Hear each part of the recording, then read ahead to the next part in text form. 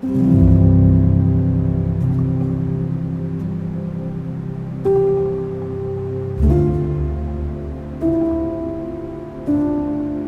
morning to everybody that listens us for the message for the day. Today is February 25th, and the title of the message for the day is "The whole tree is in the seed." Now this month, which is the 12th month, which is the end of the, let's say, natural or astrological year, the end of winter, the beginning of spring will be the 21st of March. It will be a new beginning. But this 12th month is dedicated to the union, to the end result of the process that goes from spring to winter. So we are finishing.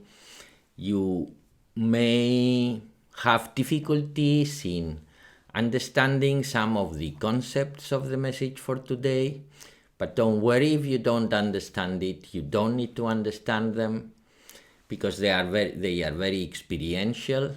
Next year, when you arrive here to this very same date, having done the practices every day, you will have a different perception and a different experiential understanding of the message for today. Unity does not mean uniformity. Our impressions are our apparent individuality. It is not that we lose our individuality, but our perception of that individuality. By trying to destroy samskaras, you are adding more samskaras. What you have to do is to refine them.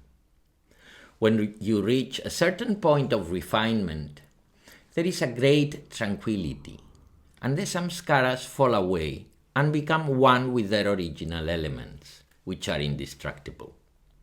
That is what keeps the universe going. That is why it is eternal. Those samskaras, those tamasic, rajasic, or sattvic life values have no beginning and therefore will have no end. But when we refine them completely, they fall away from us, and only the pure light remains. We are always creating God.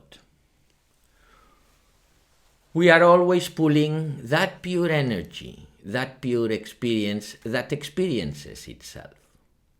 We are pulling that pure energy through the dirty layers of our mind and trying to interpret that purity through our dirt, which are the samskaras.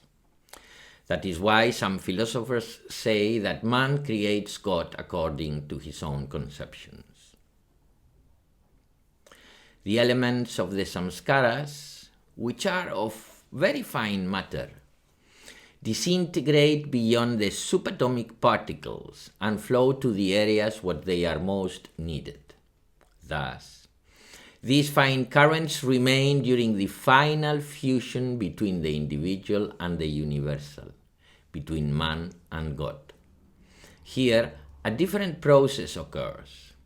The whole tree exists in the seed, and the seed exists in the tree. These fine currents have no counterpart at their level in which to disintegrate. Therefore, these fine currents revert to the seed state. The individual is finally liberated and you become one with God. That is the unity of consciousness. That is the unification between man and God. Which, by the way, is a little bit what happens at the end of the present cycle of the universe, where these very fine currents or pralay is there and it reverts to the seed form and, by the way, starts all over again. We are trying to get rid of preconceived ideas, doctrines, and blind beliefs of which we know nothing, to aim at the real experiential value of life, where the purest of the pure, the spiritual self, is experienced in its total innocence. So, what we teach and the method we are following, which includes certain meditation techniques that you can learn in our platform, and these spiritual practices that you practice every day. What it aims is